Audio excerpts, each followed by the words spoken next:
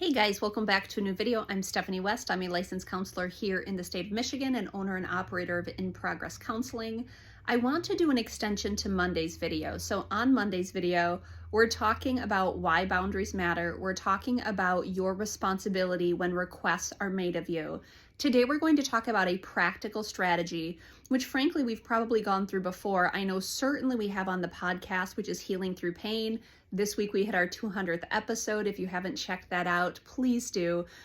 Also, as a side note, if ever there's content that resonates with you, ponder if it might resonate with someone else, and please feel free to always share content, whether likes, follows, but also sharing. It's just a very valuable way to get good content spread. So if you're ever willing to join me in that, it's much appreciated. But on Monday, we talked about the necessity of figuring out responsibility when requests are made. Today, we're going to talk about, well, how the dickens do I even know my responsibility? How do I know, is this my thing to hold or not my thing to hold? The point that we want to arrive at is being able to think before we respond. Think before we commit. And the way we do that is by buying ourselves time, especially if in real time we typically give an automatic yes, or let's say we're just pretty curmudgeon and we give an automatic no. Either way, it's probably best to buy yourself some time. I had a friend model this the other week. It was a very cool interaction that I had with her. There's a group of us that participate in a very cool kind of act of gratitude called a blessing dinner. And I invited a friend in. And as we were talking, she said, "Steph, this is something that sounds awesome. And do I want to be a part of it? Of course. However, it does conflict with some other things that I have going on right now. And one of my values is protecting my time very, very ardently." So she said, "I'm going to have to think about it." And so we hung up and I said, "Yeah, of course, think about it. This is a big request I'm making of you." And about 24 hours later, she responded back and said, "My hunch was right. It doesn't actually align with what I want to be true of my time right now. So I'm going to have to say no, thank you, but thank you so much for considering me." Now, she was so respectful towards the request. She considered it, she held it, she thought about it, and she was very honest and respectful towards me by saying that doesn't align with what I want to be true right now. I'm not able to do that. And it's like, but what the dickens? I invited you into something. It's like, no. She had zero responsibility to say yes. And if her yes was a true yes, and that's where we want to land, if I'm giving my accurate answer of yes, that's my honest yes, we still want her to think about it. We want her to slow everything down and say, "You know what? I'm going to think about that. Let me get back to you."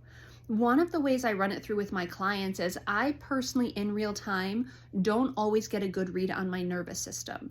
So if I'm hanging out with someone, I'm present, I'm in the moment, I try to stay there. But let's say they invite me into a second encounter. Typically, I have to go home, let my nerves settle because I'm a touch more introverted than people might actually realize. And so I go home, I let everything settle, and then I let my nervous system kind of cue in. Was I uncomfortable? Was I stressed? Did I feel taxed? Did I feel on edge? Did I feel hypervigilant? I usually don't know that in real time. And so I have to slow everything down before I make a decision to even figure out, hey, does this go well with my temperament? Does this go well with my expectations? Does this align with what I want to be true? All of that requires thinking. Thinking requires time. So if someone's making a request of you, one of the most gracious things you can do to yourself, to honesty, and for them is to extend gratitude. Thank you so much for that opportunity or that invitation.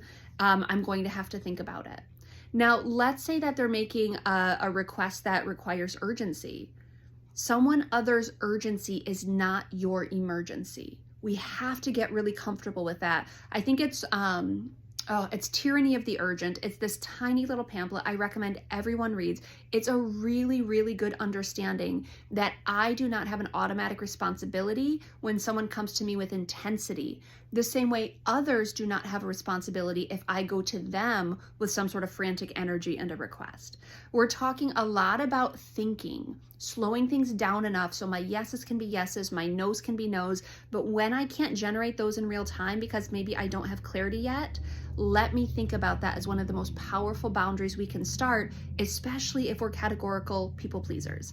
So that's what I want to invite in. Monday, we tackled the responsibility piece. Today, we're tackling the slowing everything down. Let me think about it and I'll get back to you. And that's going to be one of the number one strategies to help reinforce your boundaries and keep them pretty shored up in a responsible way.